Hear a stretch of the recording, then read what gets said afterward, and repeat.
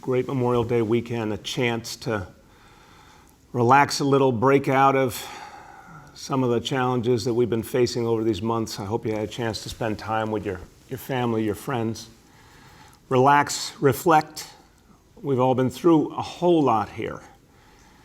And it wasn't like the long weekends we're used to when things are normal, to say the least, but I hope it was a chance to recharge a little bit, get ready for both the fight ahead and the better times ahead.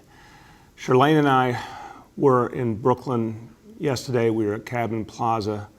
There's a memorial there to all the Brooklynites who fought in World War II and all we lost in that war. I've said many times that World War II generation is something very special to me and Charlene because our parents were part of that greatest generation. And we stood there, we laid wreaths, and we stood there for a moment of silence. And I looked up and I saw the words on the memorial. And a lot of times we go by something like that, we don't really take in what it says, but the words were powerful. The word said, let's pray that the sacrifice that they made will inspire future generations.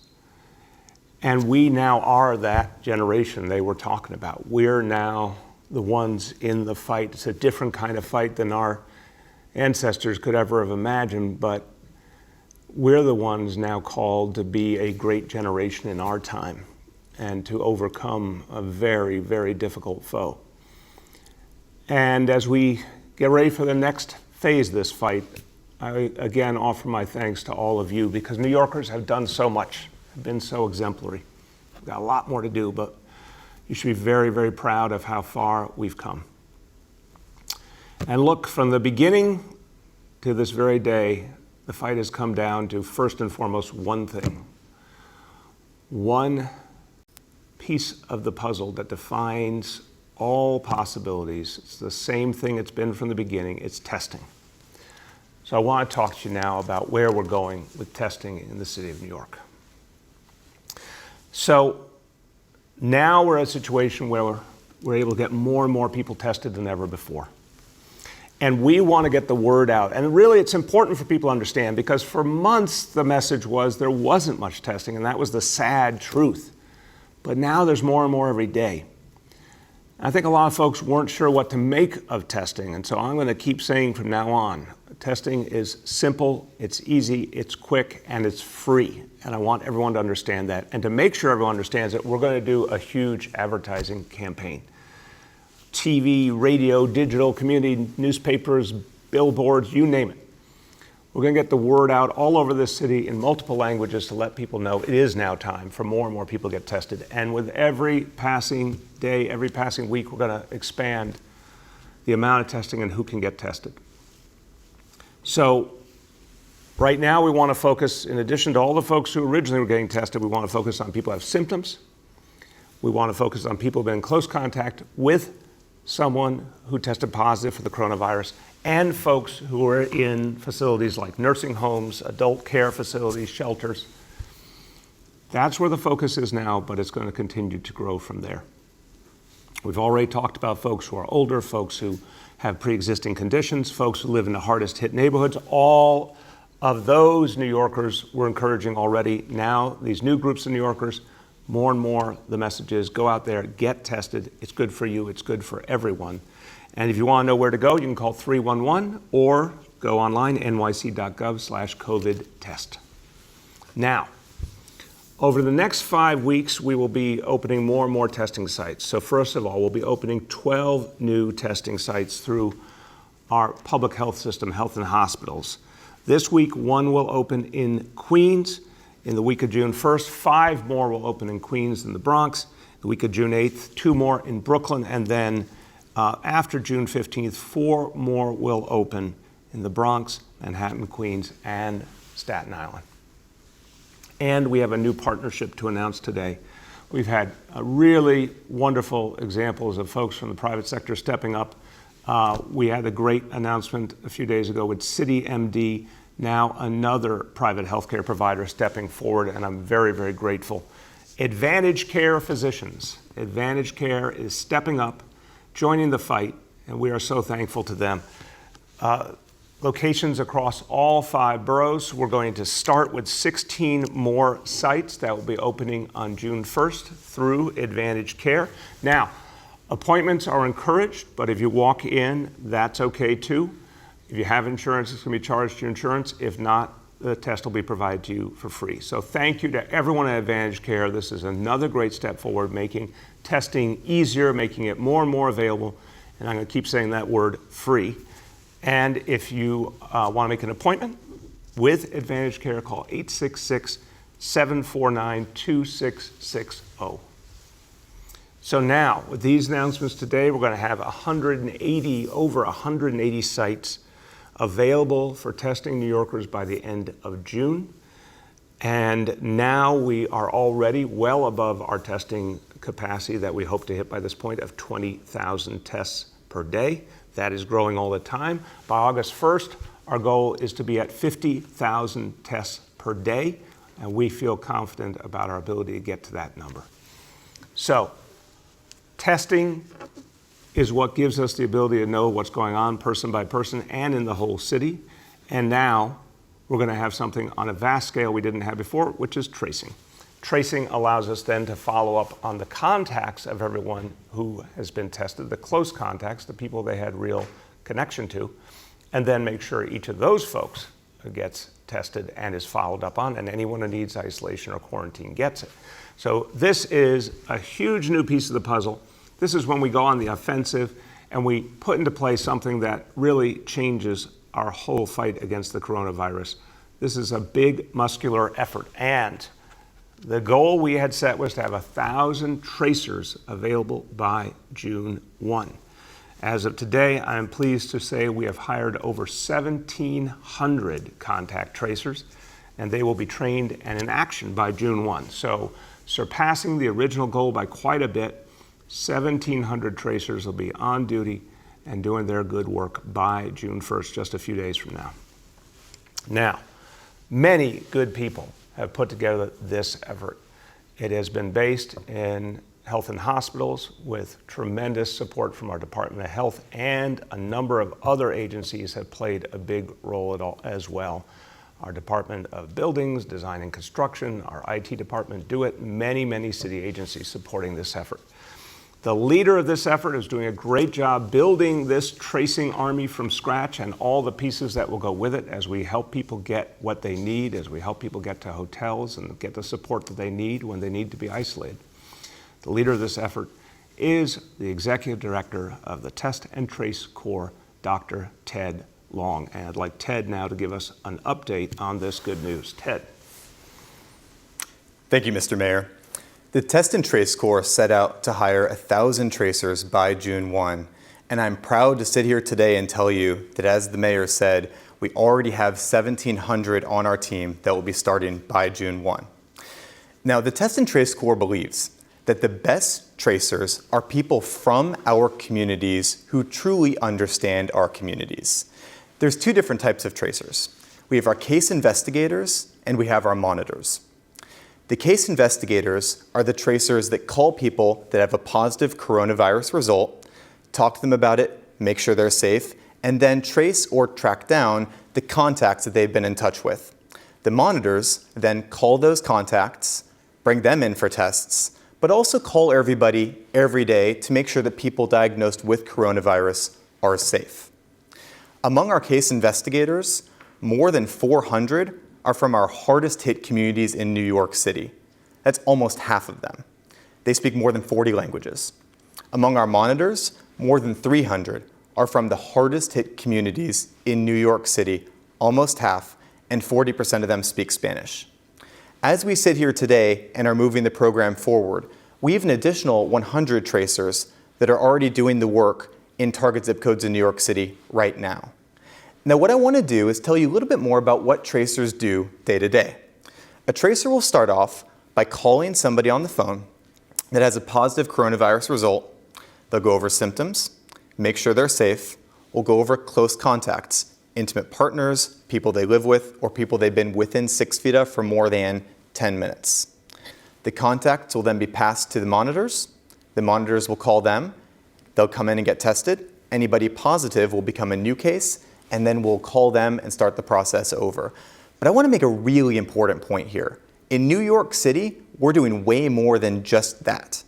When you're on the phone with the tracer, in New York City, we want to make sure that you're okay at home. So we're going to ask you, do you need help with utilities, food, medications?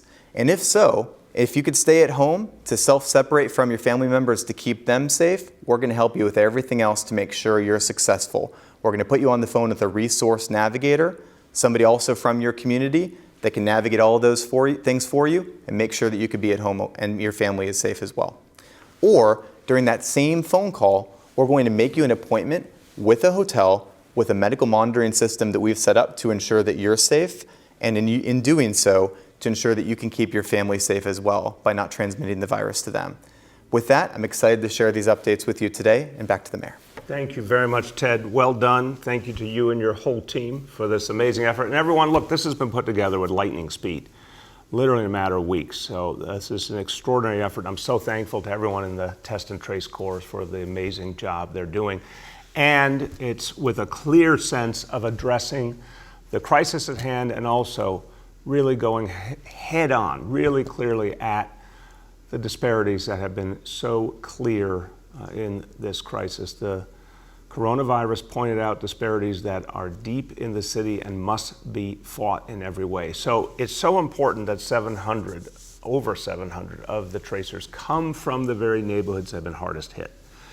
And will understand what needs to be done to reach people, to communicate with people, to change this reality that we are facing. And that's what this is all about. And to make sure that effort is deepened, we wanted to add another leader to the team whose lifelong commitment has been to equity and fairness and inclusion, who has, in everything she has done, made very clear she does not tolerate the inequities that have pervaded too much of the history of this city and of this country. So we have found a great leader to come in as our new Chief Equity Officer for the Test and Trace Corps, Annabelle Palma. Annabelle, someone I have got to know very well over the years, worked closely with. We both served in the city council together, and her story is remarkable. Born and bred in the Bronx, lost her mom very, very sadly at an early age, became a young mom herself, dealt with so many of the challenges that come with poverty, ended up homeless for a period of her life. She took all that pain, all that challenge, and turned it into a deep desire to help other people. Got active in her community, eventually became a member of the New York City Council, became the chair of the General Welfare Committee, where she helped to make sure that so many other folks got what they needed, the support they needed as they fought so many of these ills in our society. She fought particularly for the people of the Bronx to bring fairness, and joined our administration 3 years ago as Deputy Commissioner at our Department of Social Services, focusing on how to make sure that people got the help they needed in a way that was part of every community and fair to every community. So she's going to come in now as Chief Equity Officer, make sure that the Test and Trace initiative really epitomizes our commitment to fairness, our commitment to fighting inequality, reflects the people of the city, and it acts on the inequalities and disparities that have been laid so bare here. So we welcome Annabelle Palma to this team. Now, we've talked about testing so many times, testing, the big constant word, the constant idea we talk about is testing. Well, that's the kind of testing that tells you if you have a disease or not. But you know, there's been another test running through this whole crisis, and that is the test of faith. Our faith communities have gone through so much in these last 3 months. I have to tell you, I've spoken to so many people, religious leaders and devout people, who have felt the pain of this crisis, felt the pain of people they worship with, those they've lost, the families that are going through so much, but at the same time, with their devotion to faith, challenged not in their hearts or in their souls or in their minds, but in terms of day-to-day life, the ability to have the services that are so important to every faith tradition, the ability to go to a church or a mosque or a synagogue, to be together, to pray together. So much of what has made up the life of this city and the strength of this city. And right in the middle of this crisis, three of the most important holidays in three great faith traditions, Easter, Passover, Ramadan, and each faith tradition had to find a way to somehow make sense of these holidays without the benefit of all the people are used to, all the support that they give each other. It's been very, very hard. I have to put on the table a challenging reality. On Friday, President Trump made a statement about reopening religious services. And whatever the intention, I think it's important to speak about it in a forthright manner. Every person of faith would love nothing more but to resume the services that are so important to them. And I've talked to some of the most prominent faith leaders in this city in multiple faiths and reaffirmed their view, starting with Cardinal Dolan, who I spoke to on Friday. And there's a universal feeling that everyone would love to come back, but there's a deep understanding of the dangers right now in this crisis. There's a deep understanding that each faith tradition honors human life, and every shepherd, every pastor, every leader of a congregation knows their job is to protect their people. So what I've heard from faith leaders over these last days is that, yes, they want to come back, but they know this is not the time. That we will all work together and we'll try in every way to help people through the immediate situation and look for any ways of supporting faith communities. But the idea of people coming back together, full services, large numbers of people congregating, it's not that time. That would endanger everyone. And we have to be smart. We're really making progress when it comes to this disease. But it is not time for large gatherings. It is not time to take the risk of going in the wrong direction. So I want to thank all our partners, our faith leaders. We're going to keep communicating constantly. We're going to look for every opportunity to support your efforts to restart the right way. But I want to thank our faith leadership for their clear resolve that we will do things all in the right time. So that is about something truly sacred, the faith communities of New York City. But now I want to talk about something that may feel sacred to a lot of New Yorkers. And that is, it's a much more mundane matter, it's a much more pedestrian matter, but when I say feel sacred, I mean it brings out a lot of feeling and a lot of emotion in New Yorkers. And that is any time that alternate side parking is canceled. So I'm happy to say that alternate side parking is suspended again and will be through Sunday, June 7th. We last week did a clean sweep of the whole city, catching up after weeks and weeks where we didn't have alternate side parking in effect. That was a great effort by our sanitation department, so now we're able to suspend alternate side parking again. Again, it will be suspended through Sunday, June 7th. We'll be evaluating in the meantime whether we're able to suspend it further after that. But let me take a moment to just talk about our sanitation department, because a lot of times these are amongst the greatest unsung heroes in New York City. These are folks who every day keep this city going. Our sanitation workers, and I want to tell you, I have spent a lot of time with our sanitation workers, a lot of time in sanitation garages, often in their heroic moments where maybe they get a little bit of recognition, but usually it's nowhere near enough, like when they beat back a snowstorm, including a few years ago, the largest blizzard in the history of New York City, and our sanitation department had the city up and running as normal in about 36 hours. What they have done in moments of crisis, I'll never forget after Sandy, Hurricane Sandy, so many people just were hoping and praying sanitation would show up to help them take away the things that were no longer a part of their life, the things that were broken and destroyed, and let them start over. And every time sanitation showed up, people had an incredible feeling of hope and closure. And our sanitation workers do so much for us. They have been fighting through this crisis as well. Remember, if this city is not clean, it doesn't function. In fact, they've had to deal with more and more trash in a lot of places because people have been home. But they've been there, keeping things together in the city, and then they've gone the extra mile, playing a major role, for example, in our effort to set up feeding stations all over the city and making sure that people have enough to eat. Our sanitation department has been there every step of the way. So thanks to the men and women who do this great work at the New York City Sanitation Department, and a special thank you to a labor leader who is dear to me and someone this whole city should appreciate, Harry Nespoli, who's the president of Teamsters Local 831 and the chair of the Municipal Labor Committee, one of the great labor leaders of this city who has been devoted to making sure everything keeps moving forward in this crisis. Thank you, Harry, and thank you to all your members. Okay. Every time we get together, we talk about where we stand in this crisis. And on Friday, talked about the indicators we had been using previously, and now the new focus on the thresholds, which make a lot of sense now given the way things have evolved. So what does it tell us? It tells us exactly where we stand in an open, transparent manner, and it tells us when we're ready for a restart. So remember, when the restart comes, it's going to be in phases dictated by the state. Phase 1 is the first phase. We're getting ready.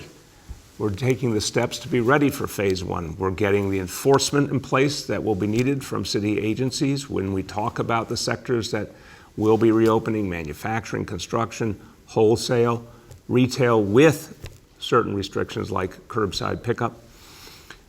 We need to make sure the support is there. The protocols are there. We're doing all that work now. We're communicating with people and leaders of different industries to get ready. And we've been talking to our advisory councils that have been playing such a crucial role. Look, we're thinking about all the pieces. How do people come back to work? What kind of precautions need to be in place? How do we monitor it? How do we inspect it? How do we make sure everyone's doing what they're supposed to be doing? We're also thinking about the fact that hundreds of thousands more people in coming back to work. Well, that means hundreds of more thousands of people close together. Even with the social distancing restrictions, we're still concerned when you see a lot more people coming into circulation. Obviously, a lot of them will be taking subways and buses. That's a concern. We're going to be working with the MTA on that. So the work of preparing for the restart is going on every single day, but it's led again by the indicators, by the thresholds telling us if it's that time. So let's go over today's results. So indicator 1, the daily number of people admitted to hospitals for suspected COVID-19. So again, that threshold we're looking at staying under 200. 200 is a level that our healthcare leadership leads. If the daily number coming in is under 200, we can handle that. We can keep people safe. Our hospital system can handle it. Today, only 63. That's very good news. Only 63 new patients. So that's well below the level we need to be at. Now, the daily number of people in our health and hospitals ICUs, that's a threshold of 375. Now, that's a level. If we're below that level, we're certain we can handle anything that's thrown at us. A lot of work is going into making sure that we are redoubling our efforts to strengthen our ICUs. I know it's happening in our public hospitals. I know it's happening in our voluntary hospitals as well. We're going to be working with the state to make sure that everyone's ready on this front. So today we want to get below 375. We're at 423, but again, that number's been moving in the right direction overwhelmingly. We're confident that it will come together. And then indicator 3, percentage of people tested citywide tested positive for COVID-19. That threshold is 15%, and today's report 7%, an excellent number, and we've seen really, really great progress on that front. So a very good day. We're moving in the right direction steadily. We're getting ready for that restart in the first half of June. We'll be watching the numbers, and I'll do the disclaimer. The numbers have to keep moving in the right direction, stay in the right direction. That's what tells us when it's time. But very much like the direction we're moving in, and it's all because of your hard work. So I know you want to get to that restart, that phase 1. Keep doing what you're doing so we can get there together. A few quick words in Spanish now. Los exámenes todavía son la clave en esta lucha. Y ahora les podemos dar a más neoyorquinos las respuestas que se merecen. Estamos listos para seguir el rastro de los casos positivos. con un equipo de casi 2,000 personas dedicadas al rastreo del virus. Nuestros esfuerzos están funcionando y no nos vamos a detener hasta que le ganemos a este virus. With that, we turn to questions from our colleagues in the media, and please let me know the name and outlet of each journalist. Just a quick reminder that we have Dr. Long in the blue room and Dr. Katz and Commissioner Silver on the phone. And the first question goes to Al from 1010 Wins. Al? Good morning, Mr. Mayor. Hey, Al, how you doing? Very well, thank you. It seems that New York City will be the last region in the state to reopen, at least the way it lines up now. Do you think there's going to be, is there going to be additional pressure put on the city? Do you anticipate maybe some people jumping the gun? How are you going to try to tamp down expectations and keep in line for when you officially reopen everything? Yeah, Al, I think New Yorkers have been fantastic, and I'm not saying it just because I, love New York City and love the people in New York City. I'm saying it because it's clear from all the progress. I mean, look at these results. People are devoted to getting it right, to protect themselves, to protect their families, of course, but I think there's a really strong understanding we're all in this together and that we have to get it right.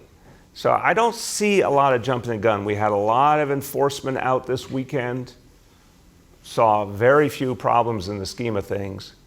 So I think the message, to your point, Al, we gotta be really clear. We're not to phase one until the numbers absolutely confirm it. I feel very good about the trajectory. I feel very good we will get there in the first 2 weeks of June, but we have to actually get there. The work has to happen now to make sure that when it happens, it's done safely. But with very few exceptions, I don't think people are jumping the gun. I think they want to know it's going to be safe. And I think you're going to see, Al, some people who could come back and restart their business who are going to hesitate until they see others do it and believe it's safe. So I don't get the feeling of many people jumping the gun. I think people are being pretty sober about this. Next is Shant from the Daily News. Shant? Good morning, Mr. Mayor. I wanted to ask, while you are considering taking out debt to cover operating costs, would you yourself take a pay cut and/or do pay cuts for the highest paid members of the administration? In a different vein, looking back to the early stages of the outbreak, I've been hearing some criticism that your focus on the Bernie Sanders campaign distracted from the coronavirus response and made Shant, I a couldn't. delay. Hold on one sec. Just roll back. I couldn't hear focus on what. Say that again. On the Bernie Sanders campaign. Basically, the criticism I've been hearing is that your desire to campaign for him may have distracted from handling the outbreak more expeditiously. Just want to get your comment on that. Okay. On the first question, no plans for pay cuts for any New York City employees right now, whether it's City Hall or any place else, but we never know what the future brings. On the second question, that's the first I've heard anyone suggest it, and I find it, with all due respect, Shant, I find it interesting that this is coming up 3 months into the crisis. So no, I did precisely one trip with Bernie Sanders. I obviously believed he would be a great president and could do a lot of the work we needed. That had it been done earlier, we would have dealt with a very different reality in this crisis. Had we had universal health care in this country, everything would have been different. So I believe he was absolutely right about that. But my focus has always been on the people of the city, and as it was clear we were dealing with this challenge more and more, this is the only thing I've been doing.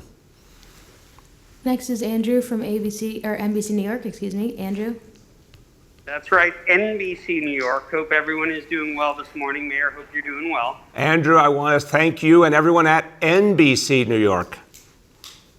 Okay, my question, you did allude to this about concerns on folks riding the subway and buses as manufacturing and wholesale begins and resumes, and people don't necessarily have a clear picture of how they're supposed to get to work. Wall Street has told the traders returning to the stock exchange, don't take the subway. But in general, the advice to New Yorkers in normal times is to use mass transit. So what is your official advice for people going back to work, and how safe is it? Yeah, so Andrew, great question. First of all, the future is going to be mass transit. Let's be very clear. We're dealing with an immediate crisis right now, but when we come out of this crisis, we have to double down on mass transit, and we have to double down on our efforts to get away from our over-reliance on vehicles, because we're going to be dealing with a much bigger challenge in the future, which is addressing global warming and addressing the need for this city to have a very different quality of life in the future, and that has to be about mass transit. But in the short term, in this crisis, there's a real fair question of what amount of use of mass transit makes sense. We're having this conversation with the state and the MTA right now, because as we anticipate, just phase one is easily hundreds of thousands of more people going to work, and then phase two even more so. So what we can say with assurance is, due to the plan to have the subways shut at night for cleaning, they're obviously a lot cleaner. That's great news. But we still have to make sure that we don't end up with a lot of crowded subway cars and buses. So that's something we are working on as we get closer to phase one. We'll provide people with clear guidance on how to approach that. But I think the central question working with the MTA is, what's the maximum amount of service that they can put into play, and what measures do we need to take to help make sure there is social distancing on the trains and in the buses? So we're working on that right now, and I'm hopeful we can strike the right balance. Next is Abu from Bangla Patrika. Abu? Hello, Mayor. How are you? Good, Abu. How are you doing? Good. Thank you so much. Mayor, do you have any statistic of the people who lost their life in, COVID-19, community-wise, like Bangladesh, Indian, Hispanic, do you have any statistic? I'm sorry, Abu, say that again? Do you have any statistic that community-wise, every community, how many people they lost? Like city, a magazine, they have a report that South Asian, like Bangladeshi community lost about more than 270 people. Yeah, no. It's underreported. Right. Abu, so first of all, I really believe it's important to be honest about the sheer impact of this disease and the disparities that have come out here, and how it absolutely directly connects to people's income, to race, to immigration status. I think a big question here is how much people didn't seek health care even well before this crisis, or during it, because they were fearful because of their immigration status. There are huge issues here that have to be uncovered. We've tried to be really transparent with both the facts about where people came from, who we know died from COVID, and we've put out the list of people, the numbers of people we think probably died from COVID, and we've tried to really constantly update, by zip code and, very openly those facts. So take a look at everything that is out there. It's at nyc.gov/coronavirus. It's all the data is there, all the demographic information. If you see an area where we need to go farther, we'll certainly see if the health department can get you more. But there's no question that there's been profound disparity. That's affected South Asian communities as well. It's affected the Bangladeshi community, which is a big community in this city. And the way forward is to fight back this disease, but then get right to work on addressing these disparities in every way, healthcare disparities, economic disparities, et cetera, if we're going to really make sure that nothing like this happens again in the future. Yoav from the city is up next. Yoav? Yoav, can you hear us? Hi. Yeah, can you hear me? Yes, Yoav, how you doing? Okay, good. How are you? Good, man. I just wanted to ask about the Texas firm Crew Facilities that's booking some of the hotels for the city. I'm sorry, Yoav, say the name of the firm again. It's called crewfacilities.com. Okay. They're booking most of the hotel rooms for hospital workers and the homeless shelter residents. And apparently they're getting a $27 fee per room per night. It appears to be well above the industry standard of a 10% fee. And they're also charging about $18 for breakfast, $19 for lunch, and $34 for every dinner that's provided. I just want to ask you, I know the contract was negotiated in a real emergency, but apparently it expired on May 1st. It may be in the process of being renegotiated. And I just wanted to ask, are you going to try to get some of those fees down now that things are a little bit more stable? I'll turn to Ted. I can be very straightforward, Yoav. I don't know the details of the contract and how it was negotiated, but you're absolutely right. It was negotiated in a context where we had to move immediately to get people support. But this is, as we move out of the worst of this crisis, we're always going to be looking to do better and to make sure we get what we need and the taxpayer is respected in the process. So we'll keep looking at each and every contract as we go along. But Ted, do you want to speak to that one specifically?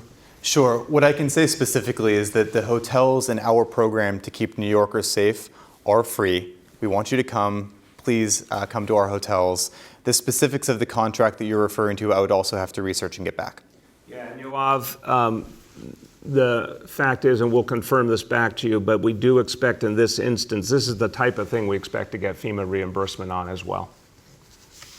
Andrea from CBS New York is up next. Andrea. Hi, good morning, everyone. Just a question about contact tracing. Are there any concerns about people not wanting to share information about who else is in their circle or that they've been possibly exposed to for fear of how the information is going to be used? And on a completely separate note, last week I was at Jacoby Hospital and was struck at how empty the emergency department is. What's being done to restore trust in the community to get their needs met, especially these communities that already have other medical ailments beyond COVID? Andrea, great question. I think you are smart to be raising the point that people are starting to make adjustments and think beyond COVID. And yeah, there's a lot of healthcare challenges out there. So in a second, I'll turn to Dr. Katz on that. But on this one, I'll start, and then if Ted wants to add. Look, I think it's a legitimate point and a legitimate concern you're raising. That is everyone going to want to be as forthcoming as they might be with information, Andrea? I think the answer is everyone? No. We're still dealing with human beings here. Do I think the vast majority of people are going to be forthcoming? Absolutely, because people understand what we're up against here. Generally speaking, I would say people are looking out for themselves and their families and the people they care about in their lives, and they do not want to withhold information if it could lead to the disease spreading and endangering everyone. So remember, in the contact tracing, it's pretty straightforward about who have you had close contact with just in the last few days. I think the vast majority of New Yorkers are going to be forthcoming in the vast majority of cases. Ted, would you like to add? Yeah, I think you covered all of the key points, Mr. Mayor. I would just add two things. First is, it's so important that the contact tracers we use are people from the community in which they're working, because they're the trusted people that when they're talking to somebody on the phone, they can really get that critical information about who they've been in contact with. And the second point is to give you a little bit of evidence or data here. We've actually we've started to do this at the clinic where I work, at Morrisania in the Bronx, where I see patients every week.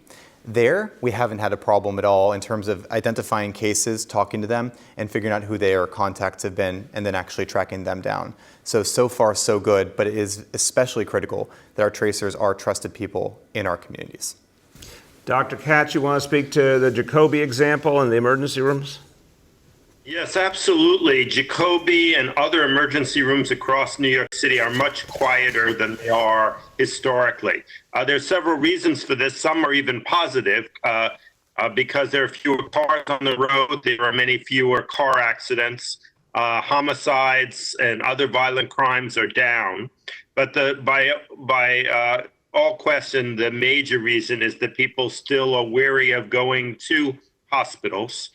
Some of it is that they've learned that they can have their needs met through using the phone or video. And we're very proud that Health and Hospitals in the city runs a phone line so that people don't have to come to the emergency room to talk to a real doctor and get full advice. Within the hospital emergency departments, we're creating clear areas where we see patients who are COVID negative. We've been erecting barriers to make sure that there's good social distancing. So we want patients to come back if they need to come back. We want to accommodate them at home if they want to be seen through a virtual visit. We find a lot of our own patients are happier to go to a nearby community health center, whether ours or one of the other great federally qualified health centers in New York City, because there's still some fear of hospitals, but we're doing everything possible to make sure that people who come and are COVID negative are seen and taken care of in areas where there are only COVID negative patients. Thank you, Mr. Mayor. Thank you, Mitch. Next is Julia from the Post. Julia? Hey, good morning, Mr. Mayor and everyone on the call. Mr. Mayor, I'd just like for you to talk us through the phases that are going to happen in the coming weeks. Could you walk us through phase one a little bit more closely in terms of, do we expect that to happen in the first week of June and the second week of June, and any of those NYC specific measures that you've mentioned? And what would phase two look like if the indicators hold? When would that be, and what kind of activities could we see come online? So, Julia, the most important thing to say to you is we're going to be briefing all New Yorkers on each of these questions as we get closer. I'm feeling confident right now that phase one will begin by the first or second week of June, as I've said. The fact is the indicators, the thresholds all keep pointing in that direction. Now, I feel confident because I'm watching the very consistent trends here, but that doesn't mean we're there yet. And until we are 100% there, we're gonna be very clear that we aren't there until we're there. And I'll keep updating people every single day. In terms of the categories, and again, we're assessing the number of people that we expect to come back in the first instance, and then if people see it's going well, I think you'll see that number grow. Unquestionably, several 100,000 people to begin as you open up construction, manufacturing, wholesale, and more retail because you can do the curbside and the pickups. The state has put out its guidance, which is very helpful guidance about what's needed in each place of business, but we have to do the enforcement work and the monitoring. So we're going to be talking about these next few days, which agency is going to do which industry, how that's going to go, what's going to be expected of people, what's going to happen when we don't see the kind of compliance we need. That's a lot that we have to put together and put on the table, but it'll all be in place well before we announce the actual day for the restart. In terms of phase two, I don't want to get ahead of ourselves. We still have to get to phase one, and we have to prove that phase one works. And that will obviously be for at least several weeks. We'll talk more about that as we get closer. But right now, let's get through the first steps before we get too far ahead of ourselves. Aaron from Politico is up next. Aaron? Hi, Mr. Mayor. Two questions about contact tracing. You said you're going to have 1,700 people now. I believe to meet Governor Cuomo's threshold, you need 2,500. Do you have an estimate of when that will be achieved? Second question, if I understand this correctly, you're only focusing on close contacts. So I'm wondering, is there any plan to address the issues of people who may be contracting this in public places, grocery stores, subway cars, et cetera, people who aren't getting it from close contacts? How are we dealing with containment in those scenarios? Yeah, Aaron, on the first point, we expect to get to that 2,500 plus number in the first 2 weeks of June. So as we are getting there, we'll have announcements on that, but we do feel good about getting to that number during that time frame. On the close contacts, I think this is just a practicality and reality point.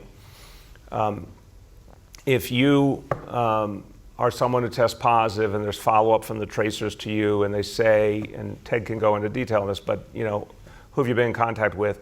It's going to be the realistic options of who are people you knew you were in contact with and you knew who they were so they can be followed up on.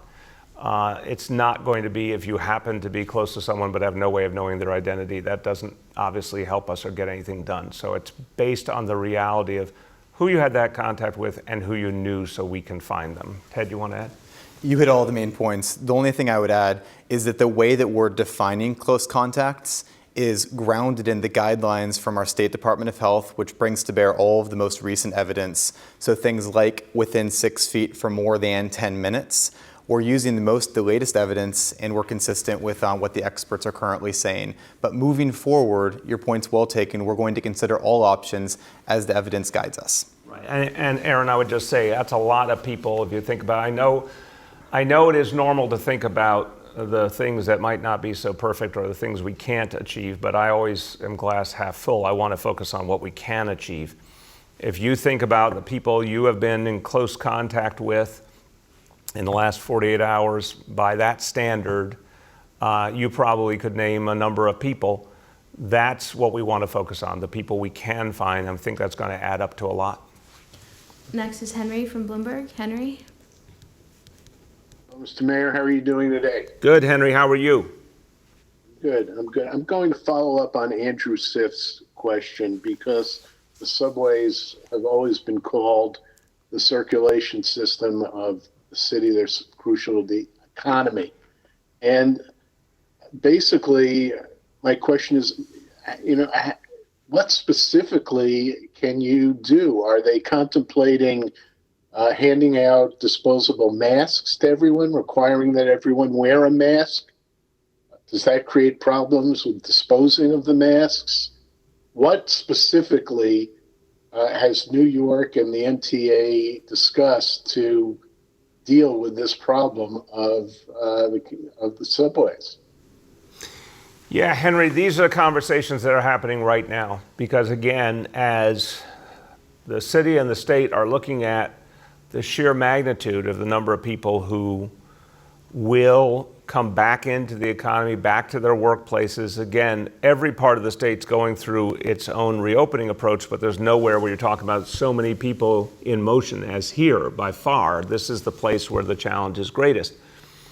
And we do need to think about exactly what you said. How do we maximize wearing of face coverings on subways? What does that look like? How do we make sure that on subways and buses, obviously, there isn't overcrowding? Some of that is frequency of service, and I know the MTA is working very hard to maximize service, and they have their staffing back by and large now, which is going to help them a lot. But it's got to be very systematic, and this is the concern that we're looking at and talking to the MTA about. When you think about all the pieces, the cleaning, that looks great, but you'd need the frequency of the service, you'd need the face coverings for sure, you need some way to make sure that there wasn't overcrowding. We got to figure out what that would be that will do it in a systematic way. Because again, every time you add 100,000 more people back into the subway system and then the next 100,000, the next 100,000, the bar gets raised in terms of how we make sure that we keep everybody safe. So we'll have a lot more to say on that in the next few days, but this is a crucial part of the equation. As I said, I don't see the restart happening until the first or second week of June. That's not far off, but we have certainly some days to work with the MTA to try and perfect these strategies. And then, as with everything else, to see how they're going and make adjustments as we go along. Jose from Univision is up next. Jose? Hi, Mr. Mayor. Good morning. So on Friday, the City Council's Public Safety Committee held a hearing about the pretty sharp disparity in the enforcement of social distancing by the NYPD. Now, at that hearing, the NYPD leadership was resistant to sharing that data, which ultimately showed that Blacks and Hispanics received 79% of the summonses, even though, as you know, the majority of the 311 calls complaining about the lack of social distancing came from white neighborhoods. So I've got two questions. The first is, going forward, will the NYPD make this kind of information accessible to the public in real time? Is there a way to do that? And the second question is, what changes is your administration making to address this kind of disparity? I understand there's a plan to reduce the NYPD's role in this kind of enforcement, but now some people, as I saw on Friday, are concerned that the average person would not listen to volunteers or people without actual law enforcement authority. Yeah, Thank you. Jose, thank you for the question. It's a great question. So first, yes, we do have to have the data provided by the NYPD on a regular basis, consistent basis. I'll make sure that happens for sure. But what I think you're going to see, as you just indicated, when it comes to summonses related to face coverings and social distancing, that's just not going to be the area the NYPD focuses on anymore. There may be other types of offenses that happen in combination with someone, not social distancing or not wearing a face covering, but that's what they would focus on, not the actual social distancing or face covering itself. They're getting out of that work. That's going to be done by the civilian employees of the city, the ambassadors. That's going to be done. One of the things I'll be talking about later on today by the Cure Violence movement, which has been so successful in beating back gun violence in this city and is so deeply grounded in our communities. So I believe with the level of information and education that's out there about the coronavirus, that when you send out people to educate, to remind, to give out face coverings, that does the vast majority of what we need. NYPD will be in reserve for dealing with gatherings, particularly large gatherings. And that's an area where I've been very clear. We still need them to play a role when we see a problem. We haven't seen that many problems, thank God. And folks, actually, whenever any authorities have been showing up, I looked at the weekend as it progressed, Jose. I was getting regular updates on what was happening in different parts of the city, what different agencies were experiencing. Same results constantly. People responded when any figures of authority showed up. They responded. They made the adjustments overwhelmingly. So that's where we're going to focus. And I think it'll be successful, where we will keep PD presence and other enforcement agencies, as we talked about, as we see businesses that are not complying with the rules. We'll start with warnings, and if that solves it, great. If not, we can go to summonses or even more aggressive actions. But yes to transparency. No, you're not going to see NYPD involved in enforcement on social distancing or face coverings. Bridget from WNYC is up next. Bridget.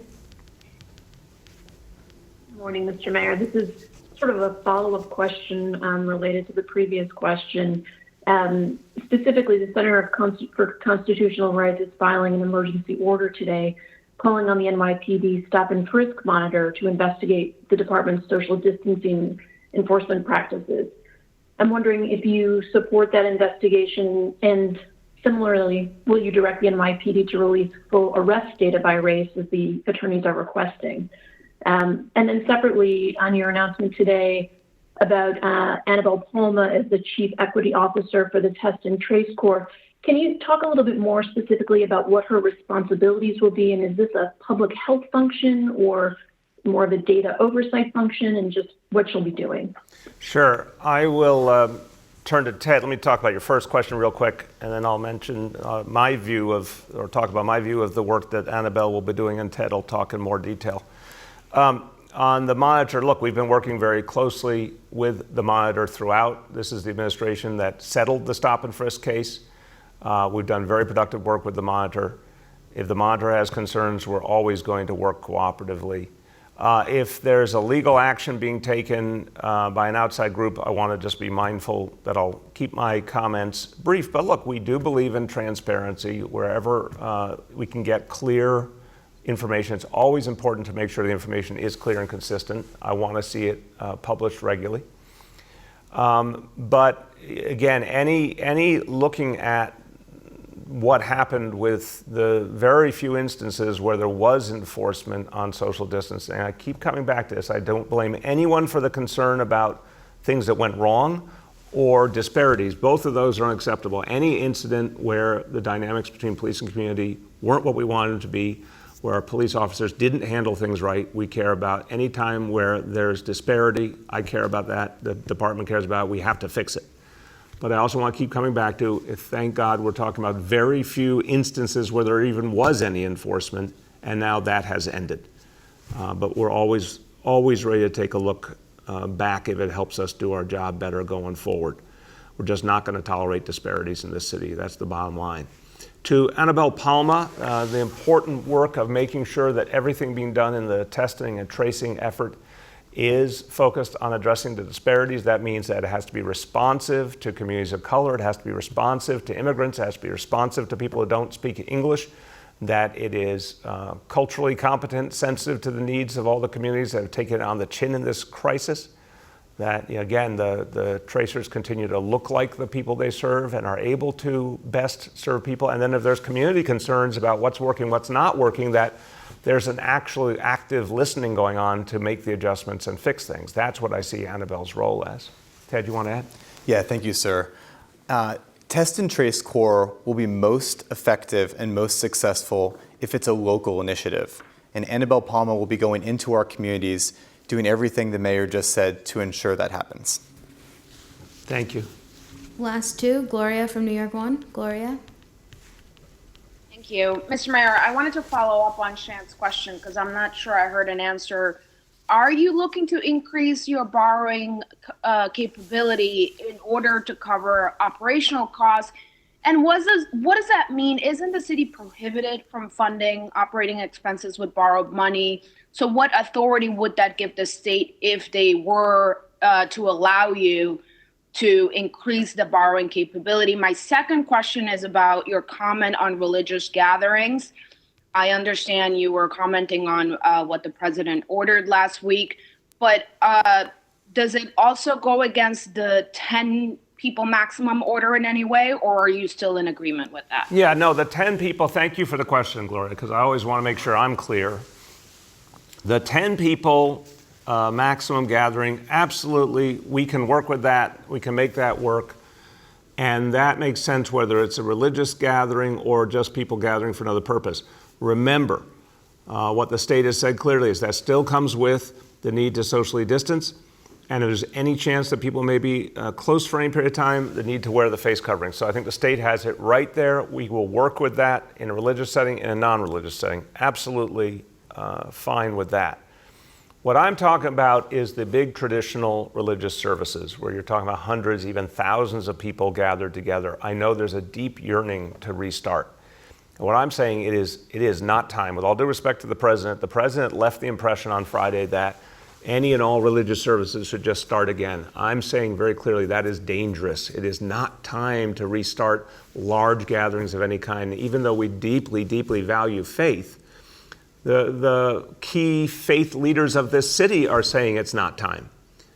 Across the board. I spent much of the last few days talking to faith leaders, and I'm saying, what do you feel about this moment? What's right for your faith, for your congregation, for your people? 201, they said it is not the time for large gatherings. It is not the time for traditional large services again.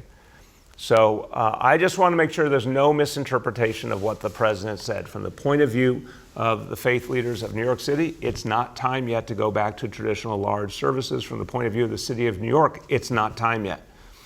And so we're all going to keep working together to keep people safe. On the borrowing, this is a last resort, obviously. We do not want to resort to borrowing, and we should not have to resort to borrowing, Gloria. We have dealt with an international crisis, an international pandemic that was something that our federal government, like any foreign threat, was supposed to address. It has not been addressed, obviously. This city, this state, many cities, many states have borne the brunt. We have lost billions upon billions of dollars of revenue that we use to serve our people. It's gone. It's not coming back. The only way to possibly keep this city functioning, keep the services provided, keep people on our payroll, is if we get a really substantial stimulus program from Washington. And we don't know when that's going to be right now. They have not scheduled a vote in the Senate. We don't know what it's going to look like. And meanwhile, we have a budget due on June 30 by law. So the action in Albany is to give us the last resort of borrowing. It is a long-term capacity. I'll have my colleagues go over with you the technical and legal issues so you understand this obviously is something patterned on what happened after 9/11 when the city did use that capacity for a period of time. But we're dealing with something as horrible as 9/11 was in every sense, humanly and otherwise, for this city, this is a much, much deeper crisis in terms of how many years it will take for us to navigate it, the depth of the economic pain that people are feeling, the over 1 million New Yorkers out of work now. We're going to be in a horrible budget situation for years. So this borrowing capacity is to give us a fallback no matter what happens up ahead. But I don't want to do borrowing. I want to see a stimulus that makes us whole so we can actually provide services, keep people employed, and move this city forward. So I think that summarizes on both of your questions. Last question goes to Rich from WCBS 880. Rich? Mr. Mayor, thanks for taking my question here. So I know it's been a very long haul up till now, but are the numbers coming down more quickly than you and your team anticipated? And does that say anything about the possibility of opening before June 15th? And second question, do you anticipate that people may move out of New York City as a result of the concentration of the virus? There have been some reports that people want to get out and get to the suburbs because to raise their families, for instance, because of the threat the virus presented in the city. No, that's a great question.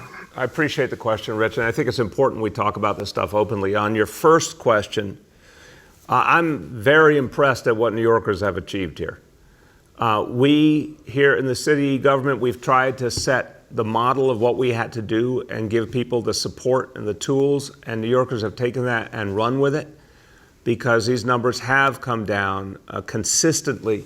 And certainly Rich, it's not going to surprise you, we don't sit around, thinking about best case scenarios typically. We prepare for worst case scenarios, and we're very pleasantly surprised when we see something better.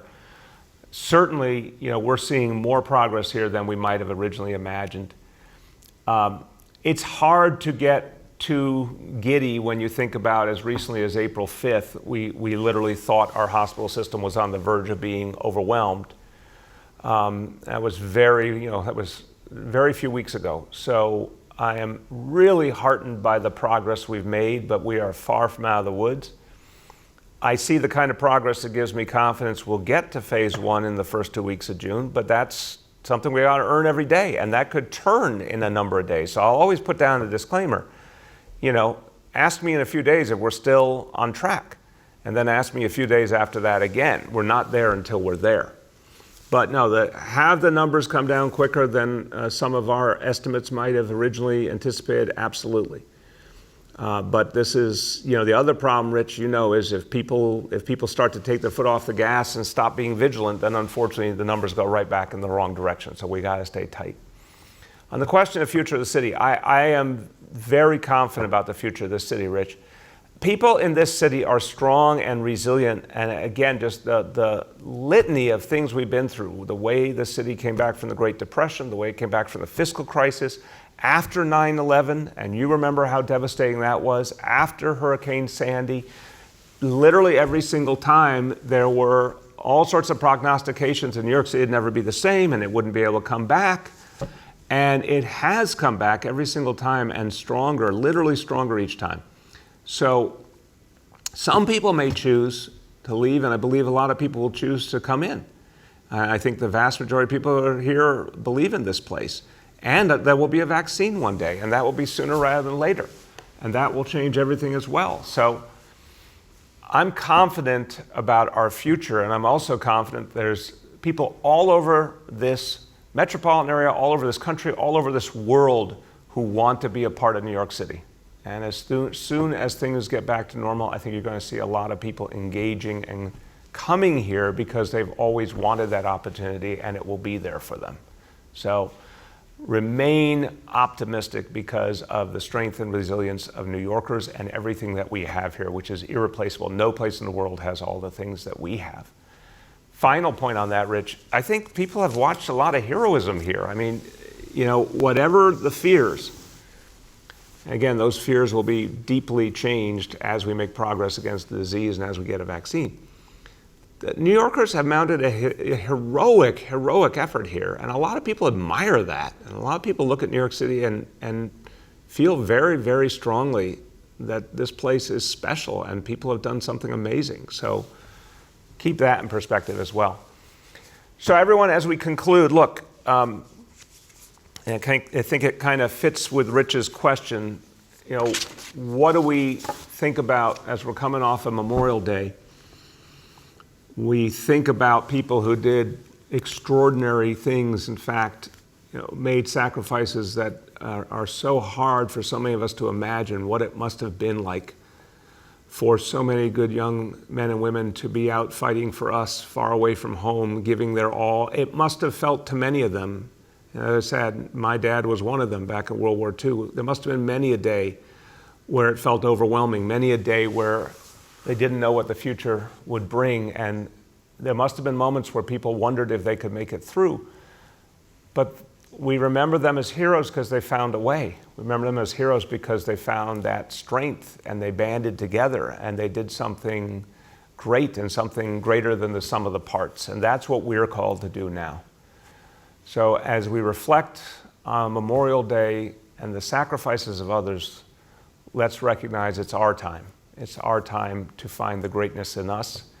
And to all of you, you've been doing that every single day. Every time you put on a face covering, every time you exercise social distancing, every time you stay home even though you'd rather be out, every time you help a neighbor, every time you give of yourself, you are part of making that change. So thank you, everyone, for doing what our time demands and helping us all move forward.